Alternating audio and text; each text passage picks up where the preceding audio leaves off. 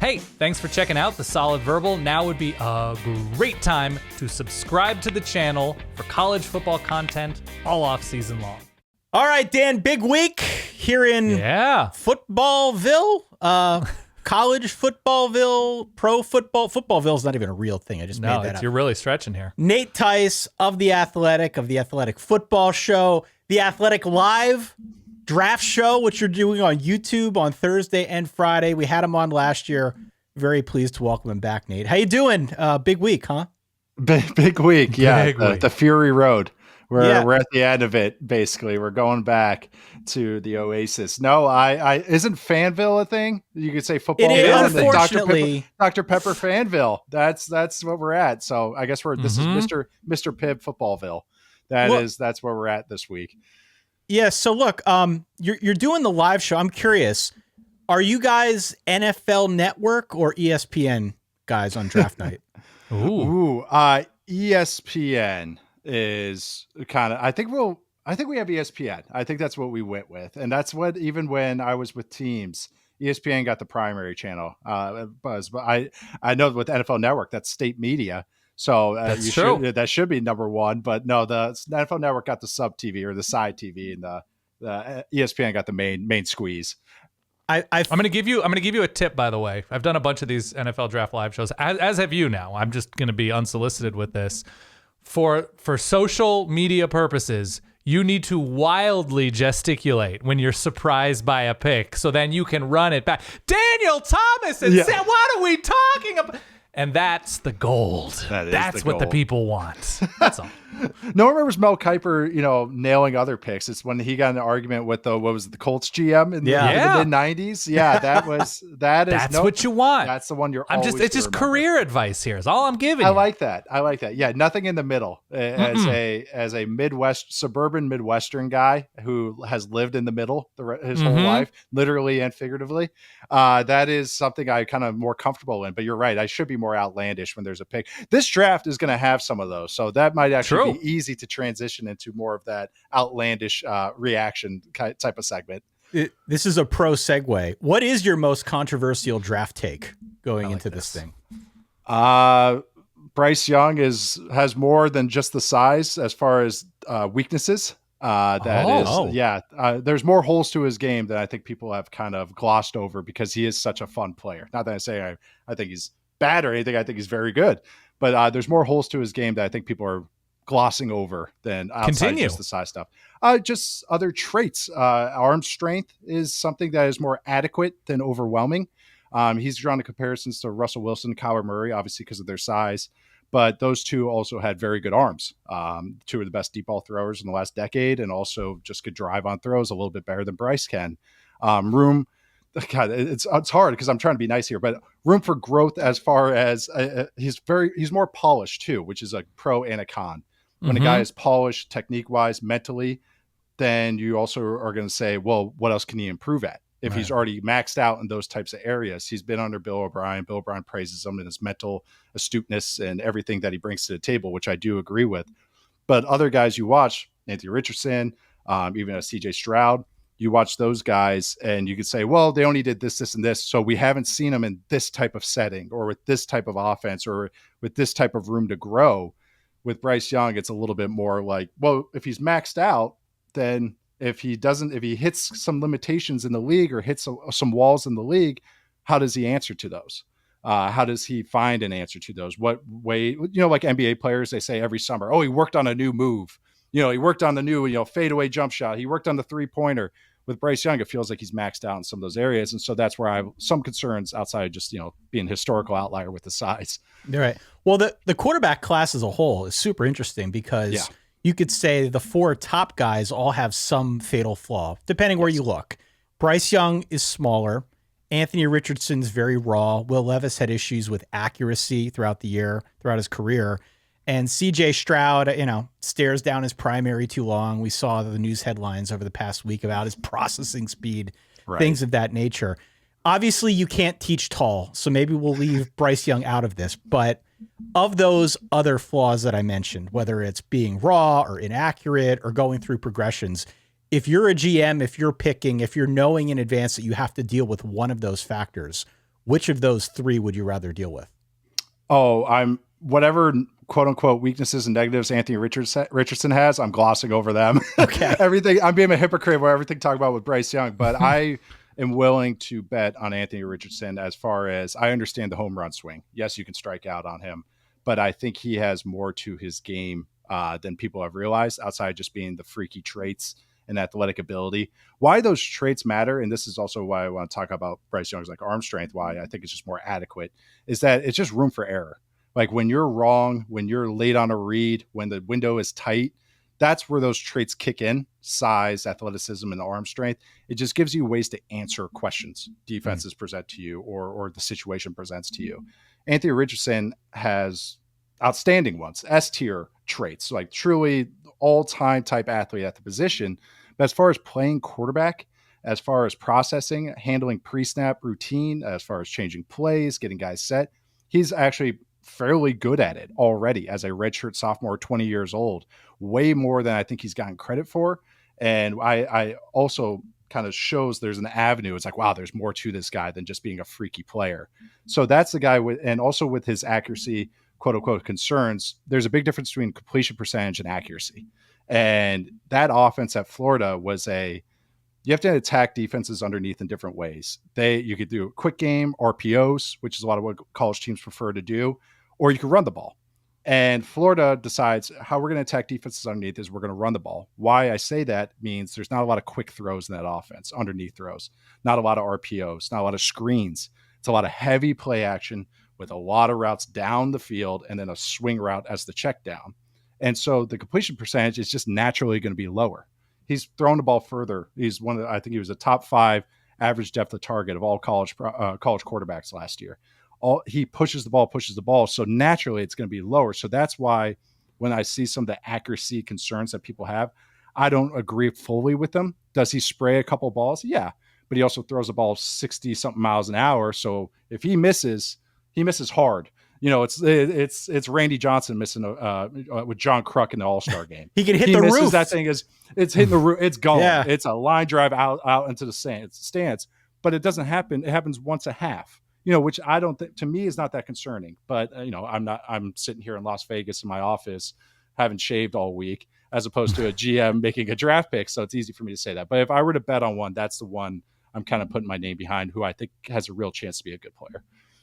How do you balance processing and improvising? Obviously, you're watching the tape, and it's wonderful to watch a quarterback say, "Oh, I see what the defense is doing. I know where my players should be. I'm going to throw it with anticipation, and I am confidently doing so." And then sometimes quarterbacks are saying, "It's not there. Let me buy some time." But sometimes also, I don't know what I'm looking at. Let me buy some time so that the picture clarifies a little bit.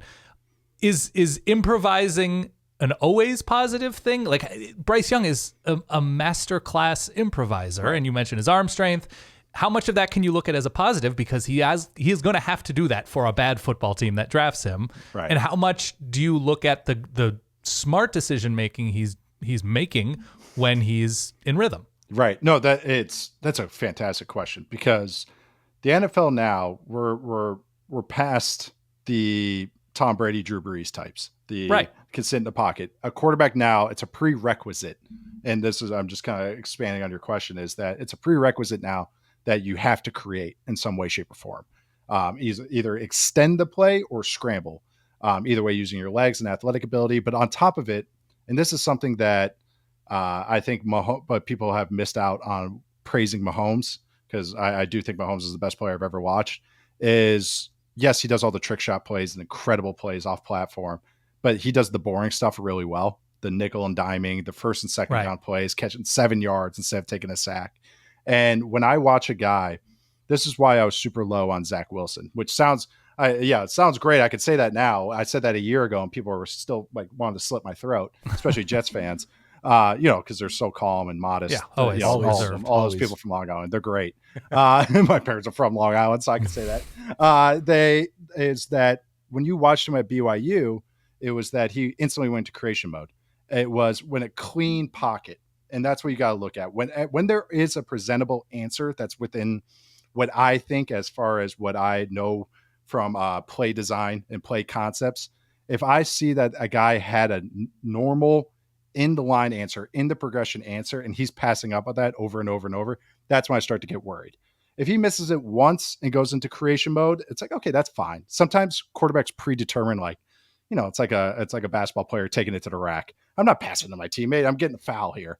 Some guys do that, and that's fine, but it is hard to balance it. And that's why trying to guess what they're trying to accomplish with the play is really important. A guy like Bryce Young, why I first came in, thought I was like, man, this guy bails from the pocket all the time. Then you watch him and he's handling the protections, which shows, okay, you understand what's going on. You have to look at kind of in between things, the context clues. But then you go to a play and there's a nice safe answer and he's taking it. Boom, 1, 2, 3, balls out. And so like you have to see a little bit of the both.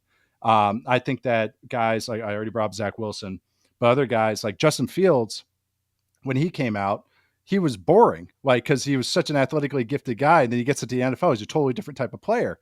When I watched him, why I liked him was this guy's a freak athlete, but wants to be a quarterback operating from the pocket.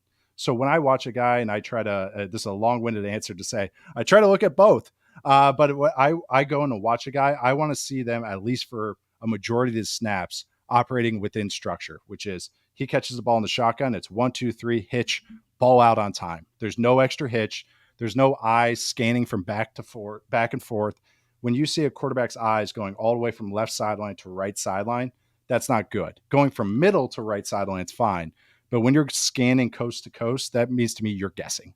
If you could do it once, like I said, or twice, it can come up. It's not everyone's perfect, but when you're doing it over and over and over, to me, that means you're guessing on the play and where to find the throw.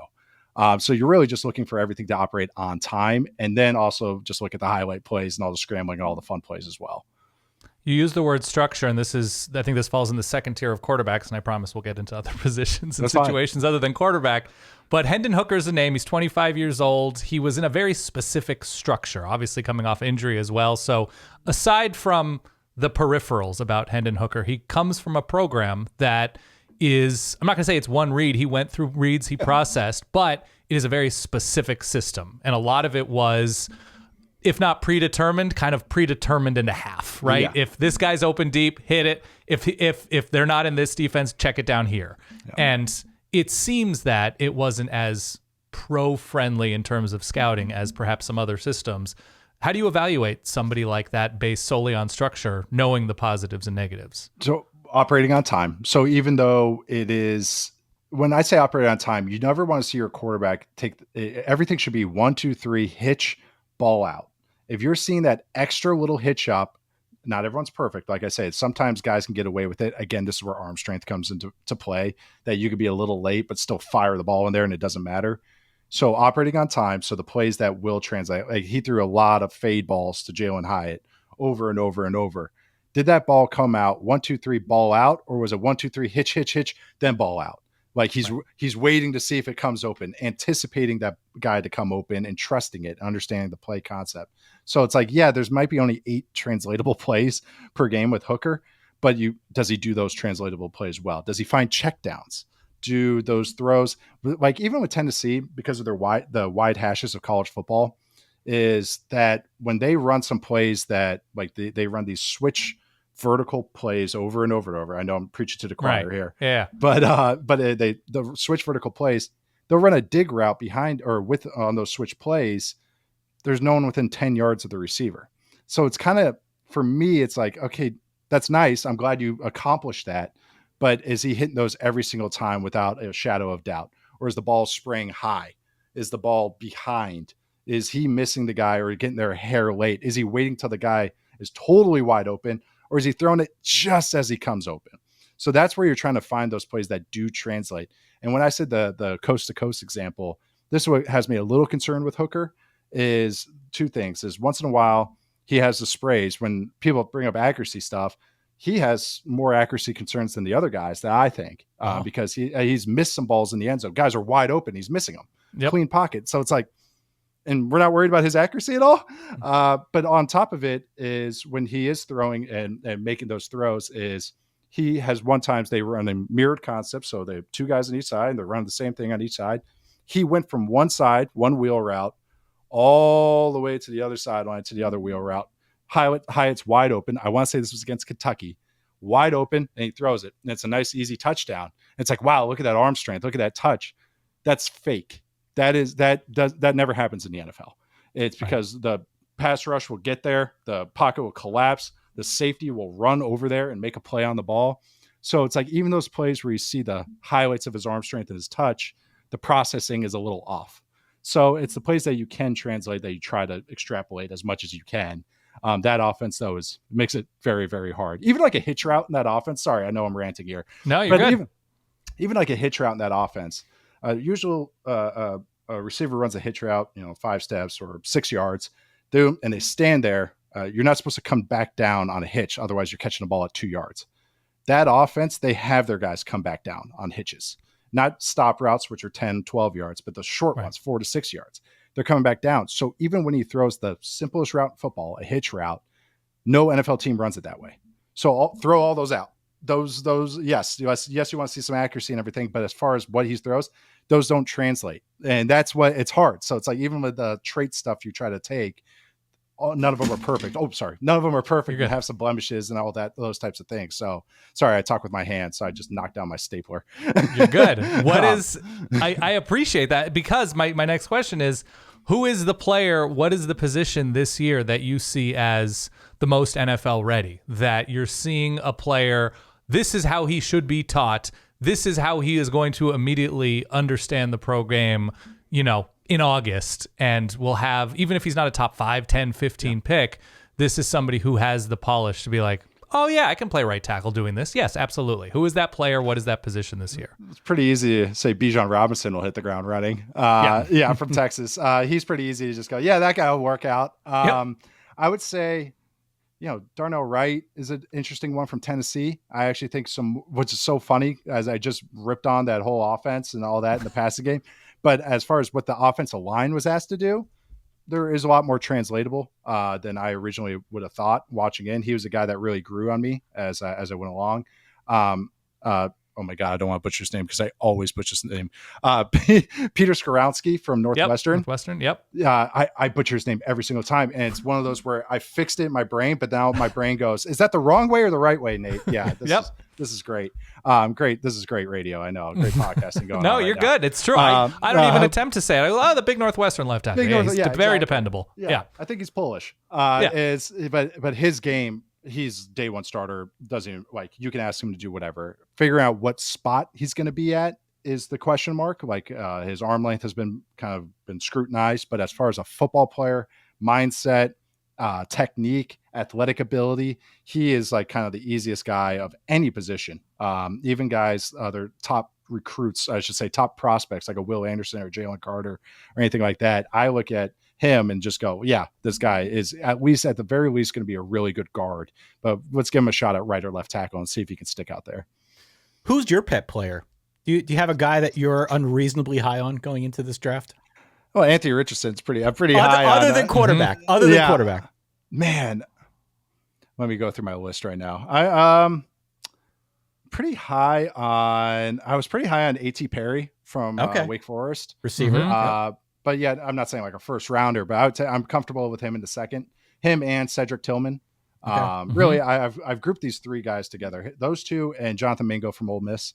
Those 3 I've kind of been higher on. I'm more of a sucker for big receivers.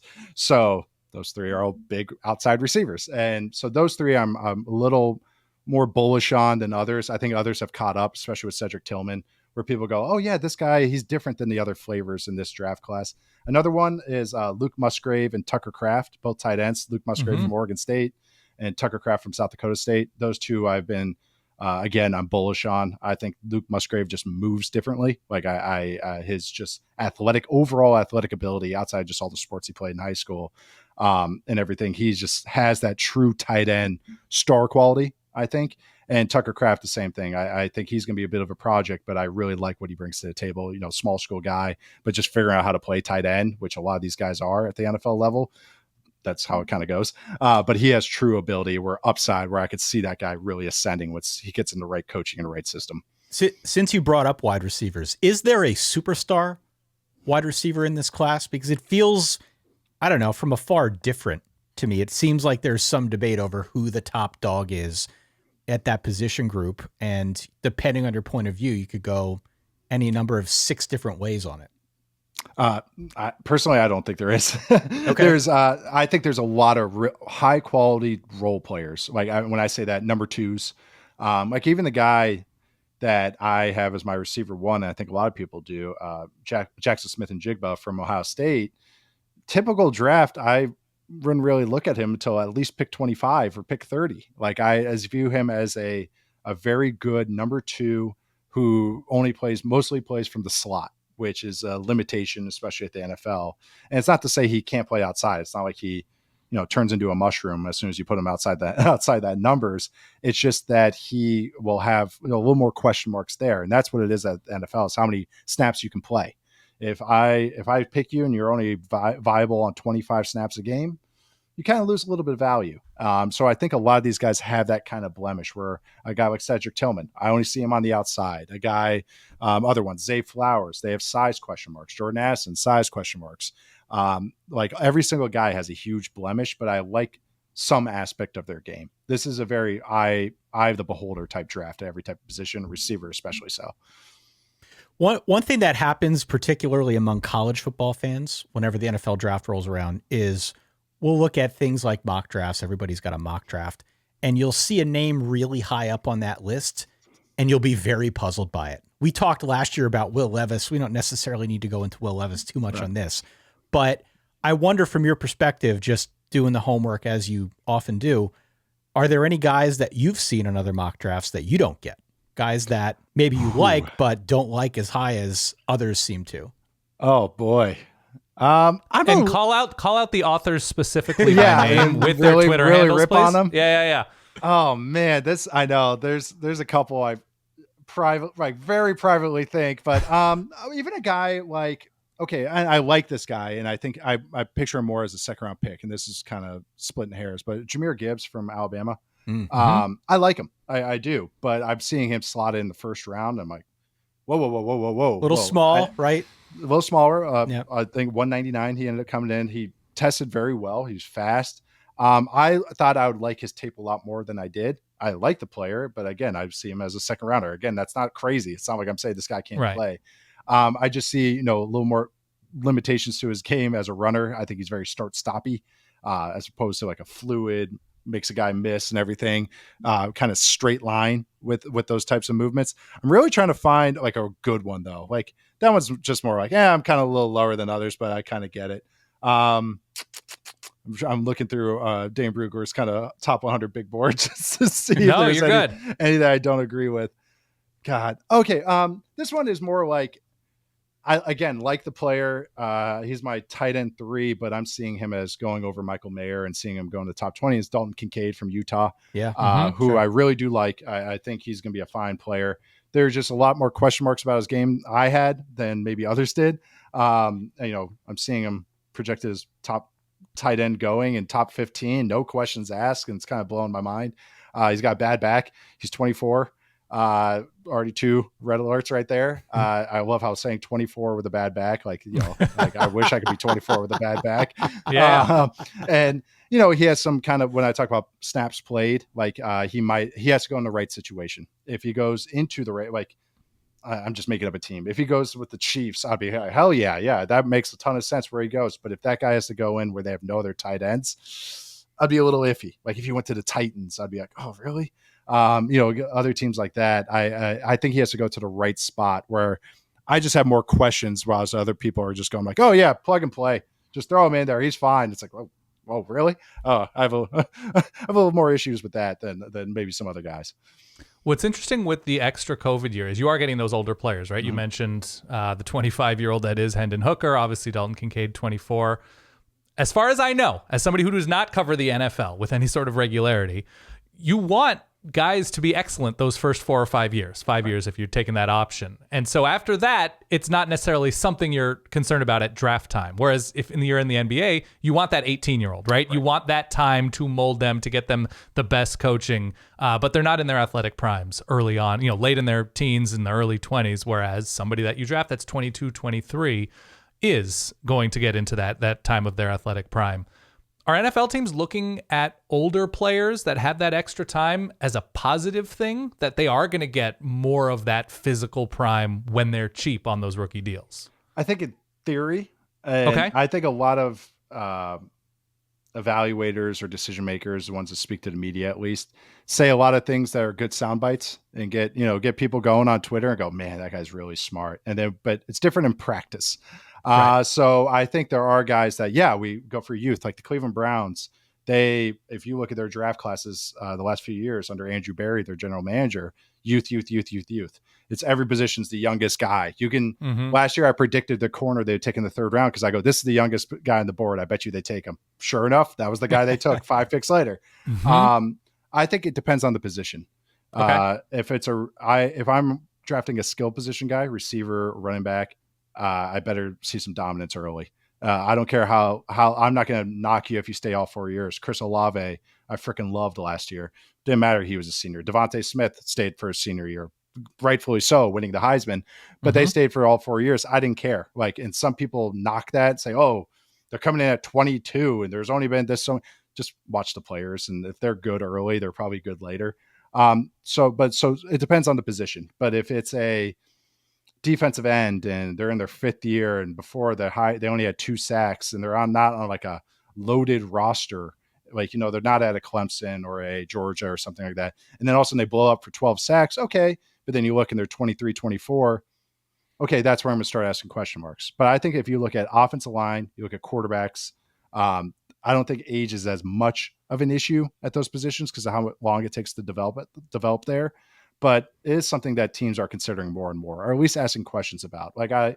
I thought Hendon Hooker wouldn't get hyped up because of that, but apparently that's what I mean. It's like people will say whatever they want, but we'll see it in practice. Because if Hendon Hooker goes early, I think I could see it happening, but I would be shocked. And I'm kind of surprised that he has gotten that kind of smoke around him. I'm wondering about any sort of trickle up effect. Obviously, college football, there's so much in the way of attention on recruiting, right? That you're seeing staffs become younger, right? That an offensive line coach is 32, whereas the average offensive line coach was like a grizzled 57. Yeah. But it's about acquiring talent. There's this rush for acquiring talent, and the recruiting industrial complex is as huge as ever. I wonder, and you can just say no, it's very easy to say no, but I wonder if there's a position group that is clearly better or worse coached than you can remember coming into the league. Maybe because of, just the rush to acquire talent, and we're hiring recruiters at schools rather than, those grizzled old coaches. But do you see a difference in technique and aptitude at any position? Yeah, I would say corners and DBs are better coached than I can remember. And I think that is the trickle up of 7-on-7 leagues and facing more passing ever since 9th grade. These guys have been having to defend a pass 30 times a game. Back when I was in graduate high school, 2007, I threw the ball 25 times. And in Minnesota, that was like, oh my God, they threw the ball 20 times in high school. It's a total difference now. And so I think DBs are way more polished technique wise. Would I say the talent has followed with them? I don't know, but I will say that I've seen more polished guys the last 4-ish years than I had before. I will say offensive line coaching in college football will be an epidemic probably until I die. It was an epidemic before I was born. It probably will be one until I die. I think that is just there's an epitome, or there's a priority to have run more ball plays, run more speed, get up and go, as opposed to cleaning up technique. I think practice time, as far as what teams kind of prioritize that, they just say, oh, get the job done and we'll move on. There's only offensive line coaches, especially in the NFL, they're worth their weight in gold, like the best ones, the Bill Callahans of the world. Like those guys are worth as much money as any coordinator, because how much they are needed and what they need to do on a week-to-week basis. But in college, it's always going to be the issue. You see guys with just terrible hands, terrible eyes, as far as have no idea who to pick up in protection, which goes to show to me, it's like that's mental as opposed to physical. So some guys are going to end up being accountants. We know that, are not going to play on Sundays, but they can at least go the right way. And I watched even really good teams or really talented teams like in Alabama the last 2 years. I watched them and I'm like, and last year they had a former NFL head coach as their offensive line coach. Yep. So that's a side story. But it's like I'm watching them and I'm like, they're going to the wrong guy. They're sloppy and their hands are terrible. And so I think these guys are really young.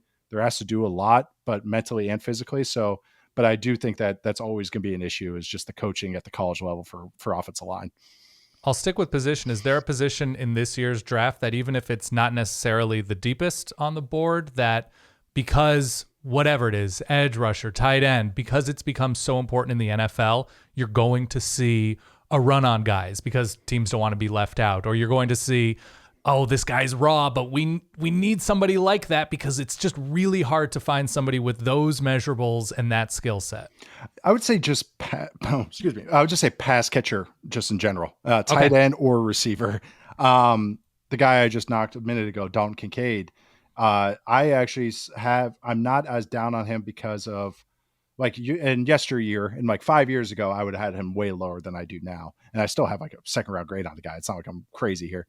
It's just that getting these guys, being able to work from the slot is much more like, it doesn't matter what body type you are. It used to be you're 5'9", 170 and a shifty route runner. You're Cole Beasley, no matter what. You're in the slot, go to work. Now these guys are 6'2", 210. There's power slots, what I like to call them. There's receiving only tight ends. And I said this on our show last week when we were talking about the tight ends. A guy like Kincaid is, who cares what his position is? He's catching passes and he's blocking. Like, that's exactly what we'd have that quote unquote power slot doing. And on the flip side, on the defensive side, I think safety play is, a lot more teams are using 3 safeties. That's not anything new. It's just that the slot position has become, because the other side, because the offense has gotten bigger there, the defenses go, well, we need more of a do-it-all guy. He doesn't have to be the shifty, undersized nickel corner that we all think of, the Rondé Barber type. Right. Now they can be Jimmy Ward, 6 foot, 6'1", 195, 200 pounds. A quick-ish box safety. Yes. It's a hybrid player. Really, that's how I look at it. That can just do it all. They can blitz. They can run zone coverage. They can cover a tight end. They can cover a bigger slot receiver. If an outside receiver motions in, they'll be fine covering them for that 10 to 12 yards. So safeties, as far as how many teams want them, like everybody wanted 2 safeties before. I think more teams are going like, we wouldn't mind kind of a tweener number 3 now that we can just get on the field. Again, it's all about snaps played. So I think that's a position that's kind of been more, people's minds have been expanded about what the roles they can use them on. Yeah, kind of along those same lines, Nate, the NFL tends to evolve when special players come into the league. And it's also dawning on me that every question I've written down here could be answered with Anthony Richardson. So forgive me, maybe we'll go a different direction with this one as well. But I'm thinking of guys like Lamar Jackson, Deebo Samuel, guys that don't typically fit the model, or at least the pre-existing model. And, you just mentioned about tight ends, how some are more like receivers, how just tight end play in general has changed the NFL and schemes. Do you sense any rule breakers outside of Anthony Richardson maybe coming up with this year's draft class, guys that they make their way into this thing, you put them in a scheme and a coach realizes, oh, we could do so much. Just get them on the field. Yeah. Yeah. Well, Bijan Robinson is pretty easy. Okay. Yep. Too, because, he's getting, this is a great example though. He's getting slated right now to go to the Falcons at number 8. And you could talk about whatever positional value and everything, but this is, again, snaps played, touches, how many touches of the football he can have. I think offensive and defensive play callers, and this is tying into kind of a couple of things. The tight ends being used in the slot, bigger receivers being used in the slot, bigger slot DBs. Also, just they're like the younger play callers and offensive play designers, their minds have been expanded. They're younger. They're more willing to try stuff. They're not just going, my scheme. Like, no, like this. I coached this guy up and he was able to do it. And it's like, well, you don't have Travis Kelce. You don't have this guy doing that. You don't have Randy Moss. You don't have, these freak players doing all those things. So I think, I don't know if there's like one player that I could say that, but I would say that we're in a good place, I think, NFL wise, about the creativity coaches have shown, and using personnel correctly. What the Eagles did the last couple of years under Steve Steichen, who's now the head coach of the Colts. He started calling plays halfway through last year, and the whole offense in the Eagles shifted and ran on to this year in 2022 was, when I said last year, I meant 2021, but then 2022 was that he expanded the offense to be a little more collegey, 98% shotgun. The only under center plays were basically the sneak, ton of receiver screens, ton of kind of RPO plays, because he was like, this is what Jalen Hurts is good at, and we have good personnel, so let's just use it that way. So I think that kind of like adaptation of personnel has really helped in using all that. So I don't know if I'm really answering your question, but I think a guy like Bijan, what I was talking about the Falcons, is 2 years ago they had Kyle Pitts, who was a tight end, quote unquote, lining up at slot receiver. Right. They had Cordell Patterson, quote unquote, a running back, lining up at tight end. Right. And then they had their tight end, I can't remember the other name, their other tight end, lining up at the running back spot because he was the pass protector. You're just a football player now. Yeah. And I think that's really just every position now. I'd say 20 or more of these play callers are like that, where they're really willing to move guys around as queens on the chessboard. On the defensive side of the ball, like you said, you would bet anything on Anthony Richardson to be the dude at some point in time. Anything? I would say my house, but I would say maybe this room. The room? We'll take the room. That's fine. Yeah. 4 solid walls. Or two posters beyond me. If you are betting that pristine room of yours on any of the defenders in this class, we know some of the big names, the highly rated guys, Will Anderson, Jalen Carter, Tyree Wilson, we can go on. But who are you betting on to be, the next big thing on the defensive side? Whew. It's a good question. Those three, outside of those three, man, a guy I just really like, and this isn't maybe fair to him, but it's Emmanuel Forbes from Mississippi State. Okay. He's a total outlier. So I'm a hypocrite already talking about outliers and how I bet against him. And now I'm saying, oh yeah, bring this one in. But he's a ball player. I think he just knows how to play football. He's very mentally high end mental side at the cornerback position. Also just has, and this is what's hard is like, am I saying he's going to be a star? But I think he's going to be a good player. So if I'm talking about like guys that maybe could I'm betting on that could be like a true needle mover. Outside of those three, I'm not really willing to bet on any of them. That's fair. That's fair. Lucas, if the one home run swing would be Lucas Van Ness, from Iowa, who's a rotational guy. It's a true traits bet. But he had the same testing as Trayvon Walker last year, who went number 1 overall. They have very similar physical profiles. So if that were a guy that's if we do a thing called star, starter, bench, or bust, which I stole from a basketball website, and I'll give him credit one day, Canis Hoopus, SB Nation. But it was I would put Lucas Van Ness as a 15% star, but then I would also have him 15% bust.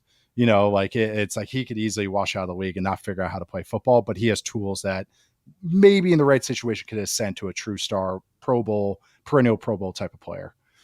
Do you have any skills bets? Obviously, it's much easier to say traits bets because you probably should be a certain size to be successful in the NFL at various positions.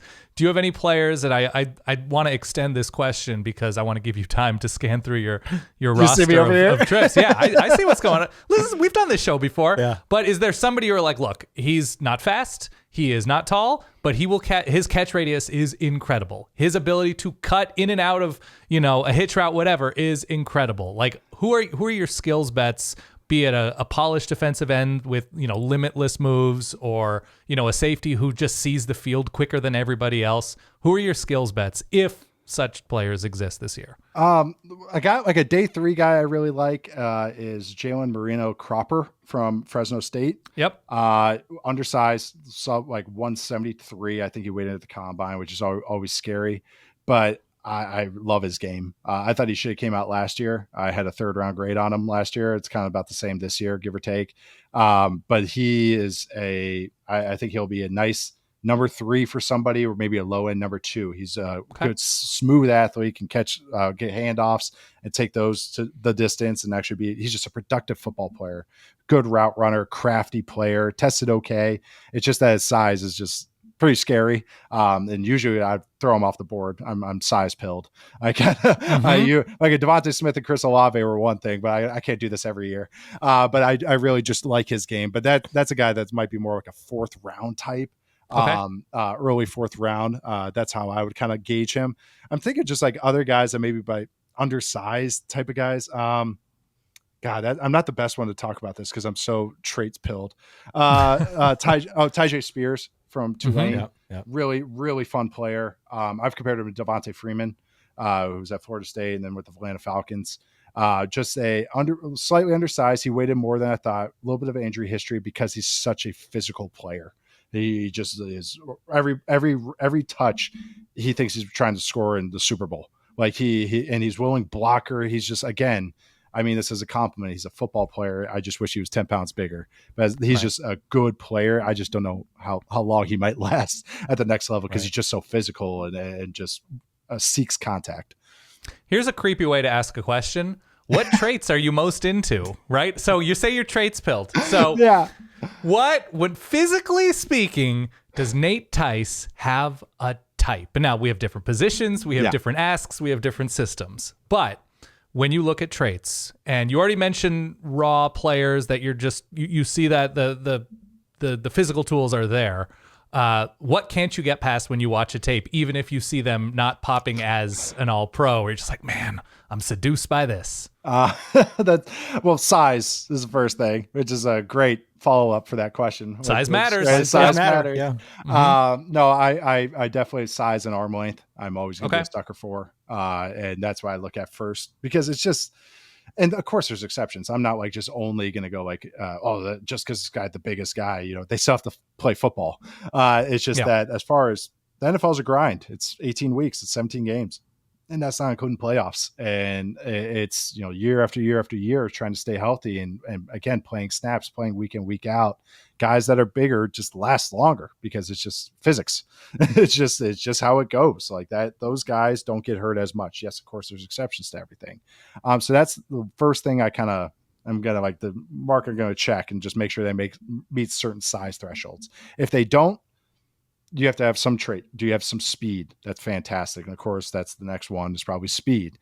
Speed. You can never go wrong with speed. Speed kills, whatever saying you want to use. Mm-hmm. The other thing I look at, and this is more film watching than like just looking at a traits or testing, is especially like offensive line or defensive linemen. Are they on the ground a lot?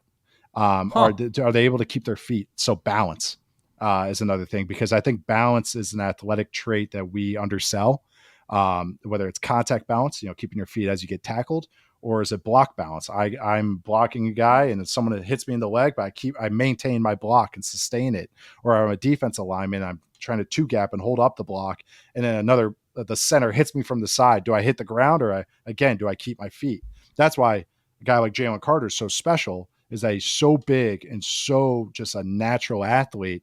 They rarely see him on the ground despite being so tall and top heavy. So, but those are that's like, I would say as far as physical traits would be, size and arm length. But if I'm watching film, it's balance and just being, I think tying into that, it's like fluid athlete comes in with that. Anything intangible in the Nate Tice notebook where you're like, I don't like body language. I don't like players who come from this conference. I don't like guys who are under this speed at the combine. I mean, right. I guess that's more traits than it is intangible. But what is something? You mentioned Dalton Kincaid's back injury. Are there certain injury where you're like, look, I don't have the data that says every single guy who's broken an ankle is a bad tight end, right, but I'm just not doing it. What is your undefinable section of your scouting notebook? Well, backs are scary. Backs are scary. So can't confirm. Can't confirm. Backs are scary. So that is one I always gonna keep in my mind. Apparently, the team doctors or in the NFL say he'll be ready for training camp, which is always again. But they were saying where he's ready for August, not May or June. Okay, okay, interesting. All stuff to keep in your head. I would say like no-go stuff is just really truly undersized guys. Like I've realized as I've entered the media world is it seems like draft Twitter falls in love with some undersized receiver every year. Last year was Calvin Austin from Memphis, who was 5'9", 160 pounds. The year before that was Tutu Atwell, who went second round to the Rams from Louisville. He was 5'9", 145. You're not, those guys are not on my board. I can appreciate the player. I love there's certain undersized guys. Again, I always bring up Devontae Smith. He was my receiver one that class over Jamar Chase. I just thought because he was a true football player, he was physical and did all that. You just have to prove, you just have one strike against you. And then if you can prove that you are tough, or you don't get injured, or you haven't been injured in your college career, or you have ways to mitigate that size, then I have more willingness to kind of go like, oh, he's fine then. But yeah, size thresholds I kind of have for each position. Once even Kincaid's 240, that is a little scary for me. If you just even look at what quote unquote receiving tight ends have done at 240, Right. there's not a lot of them. It's like Kellen Winslow and like Owen Daniels and Dalton Schultz are like the only ones that had 800 yards in the last 20 years. It's not a huge list. That's why there are size thresholds. So I don't mean to make this whole pod about weight and No, you're arm length good. and size. There's more to it than that, but that is one that maybe it's hard to get up for is if you're not meeting certain size thresholds that I think you can't overcome. You've mentioned basically every position. This is my final question. One position group you haven't mentioned is linebacker. And linebacker seems to be the ultimate, like, you got to do two things excellently or you're just not going to be in this league for very long, right? You got to fill run gaps and you have to be able to cover faster dudes going directions where you don't know where they're going. Is it a good linebacker class? What is the state of playing linebacker in the NFL if you're not Patrick Willis or Luke Kuechly? Like, it just seems like it almost feels like a forgotten position group, not just in the draft, but in the way, like, unless you're Fred Warner or whatever, right? You're just like, well, we got to put somebody on the field, and I have no idea who's good this year. It's not a good class. Okay, maybe that's why. Yeah, there's really one consensus top guy, and then after that, it's kind of just a doldrum of like of who's that. It's a who's who of who's that. That's kind of what I'll say. But linebacker, because of what is asked of them at the college level, everybody runs more 3 down fronts now. Not everybody, but a majority of defenses running the tight and mid fronts where there's 3 down, and then these guys, linebackers, are asked to kind of be different types of players than they're asked to be in the NFL. Not a lot of them take on blocks, like fit up on a guard coming at them, or even a fullback or a tight end slicing up to them. So it is like you're looking at more, again, trying to extrapolate those couple plays that you see that do translate to the next level. But the first thing first is, can they cover? If you can't cover, it's going to be really, really hard to find a role in the NFL, especially now. That is why more teams are going to nickel based defenses where there are 5 DBs on the field, again, speaking to that slot position being more of a bigger body. But like this year, like the top guy is Drew Sanders from Arkansas. And he had some good athletic traits. His film is pretty dang good, just all around. That's the one guy I see going late in the first round. And then after that, it's just kind of I guess Trenton Simpson, but then like, what's his best role from Clemson? What's Jack Campbell? Like, what do you think of him? He tested better than his film shows. And because he played in the Big Ten, has more film that translates because of what the offenses are in the Big Ten. It's really, Big Ten runs everything now. It's kind of hilarious. It's compared to when I was there, everybody ran quarters on defense and had I formation on offense. And that's what you did. So that's something that kind of makes it easier to translate, but it is a position it's going to be a lot more day 2 picks than first rounders, I think, in the years to come. And it's going to be a lot more guys translating where it's like, okay, this guy was a safety until his last year in college. And then you moved to linebacker, right? Put on some weight. Yeah. Put on some weight. Or this guy was a tweener in college. They used him as a hybrid. And okay, there's a lot more. It used to be these guys just plug and play.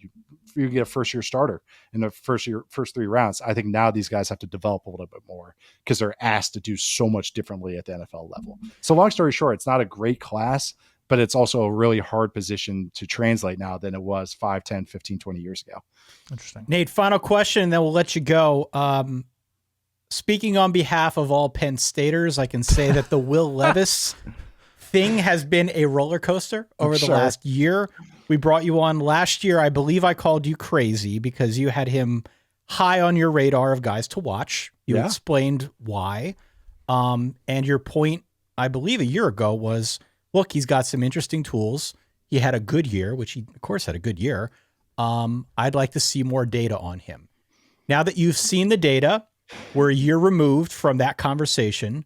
Will Levis still a first-round quarterback? I don't think that's unwarranted. I'm just wondering what you learned in this past year about Will Levis and, how you feel about him now compared to when we had this talk back in 2022. Because the situation was so bad around him this year, it was kind of, I wanted to see a couple more stretches of dominance out of him when you're taking a guy in the top 15 picks and give him a lot of money, you kind of want to see some dominance. You want to see some like, oh, that's the best player on the field right there. And there wasn't really a lot of stretches to that. There was a lot more flashes. I just did a video on him, like a full breakdown video, and it's my fourth time studying him now, but I had to pull clips because I'm an idiot. The first couple times I watched him, I didn't save any of the video. So I had to watch it again. And it was like, oh my God, that was like, I'm going watching these games again. And that video though, because I had to watch it and talk about these clips, was when I kind of came around a little bit on him. What he did, because his offensive line was so bad and all of his teammates were kind of sabotaging him and dropping balls left and right, I actually came away a little more optimistic about him. I still think he's far from a perfect prospect. Another older prospect. He turns 24 in June. And also just has some accuracy stuff that crops up because of his footwork gets a little too out of whack. But why his bad teammates actually helped him was because he had very real NFL pockets to deal with. More than CJ Stroud, more than Anthony Richardson, more than even Bryce Young, more than Hendon Hooker. He had to turn his back to the defense and there's bullets flying everywhere. And he was getting rid of the ball as he's taking a shot to the chin. I felt really bad for him. Like I said this on our podcast it reminded me of the old Archie Manning stories where these NFL players said they stopped hitting Archie so hard because they felt bad for him when he was playing for the Aints in the 80s. Yeah. And so they were like, okay, we took it easy on him because we sacked him 12 times. And we were like, okay, well, we'll pick you up after AstroTurf. Sorry about that. That's how I felt about Levis. But he is, again, not a perfect prospect, but again, he is a good, solid first round kind of prospect. I compared him to Ryan Tannehill as his upside, where he's not very creative we talk about throwing off platform and everything. He can change his arm angles, which is always, you need to see that at the next level, but he's not a guy that's going to like extend a play outside the pocket and throw some trick shot underhand in between two guys, which is, do you need it? No, but I'd like to see that a little more. Can he do it? I'm not sure. Like, is it a can or won't kind of situation? Did he just not have those opportunities to do so there at the Kentucky level? So my like kind of short answer of all this is that he has a lot of tools, a lot of traits, the toughness that you need to have at that position. All these quarterbacks are really tough, by the way, which is good. It's like, okay, good. Whew, okay. I don't have to beat around the bush around how I talk about these guys. All these guys are tough football players. I really like all of their demeanors when I watch them on film. And Levis is the epitome of that. He gets himself up. He takes some blows. And so that's commendable. I never interviewed him, so I don't know how he is on the board or anything like that. But to me, it showed that he understood what to accomplish each play. Sometimes it could be a little too robotic. Like he got coached and he's like, I'm going to do exactly what coach told me to do. 1, 2, 3, 4, 5, 6, balls out, all on rhythm. And sometimes it's like, get a little more creative flair to your game. There you go. And I think that's what I'm missing a little bit. Was there anyone, by the way, just in watching film, not player wise, but coach wise, team wise, you're like, what they're doing there is nifty. I really enjoy watching this offense or this defense because they're doing cool things. South Dakota State. Yeah. What about it? He has a young offense coordinator, and I'm blanking on his name right now. I wanted to give him a shout out a few days ago when I was tweeting about Tucker Kraft. They just have a creative offense using traditional pro sets, tight ends and fullbacks. But even how they use those guys is creative. They'll have a full house backfield. They'll have shifting and motioning. They'll have the double wing tight end. They'll have check with me plays. It's everything. But it's also sound. It's very well coached. There's nothing gimmicky.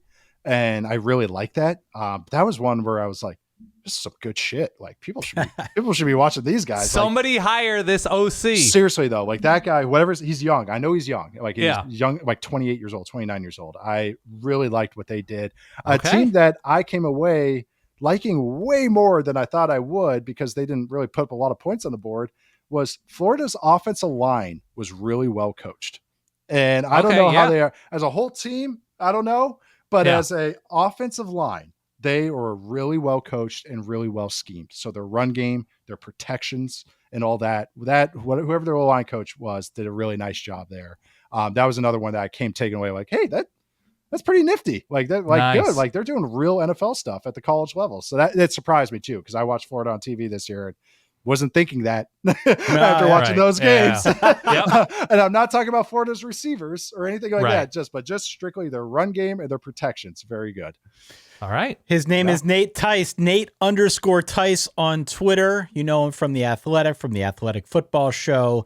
Nate, one more time, you're doing a live draft show on Thursday and Friday on YouTube, yes? Yes, we are. Yes, me, Robert Mays, and Dane Brugler. We'll be there round 1 for 4 straight hours. No bathroom breaks. I the guess catheter 3. Yeah. Stadium Pal. You ever remember the those? Stadium Pal 3, of course. And then rounds 2 and 3 on Friday night. We'll be there for every pick, analysis. We have some beat writers coming on. So you can mute ESPN NFL Network if you want and listen to us just blab on about guys like I did on this show. Beautiful. Well, look, we appreciate your wisdom as always. Hopefully we can continue doing this year after year.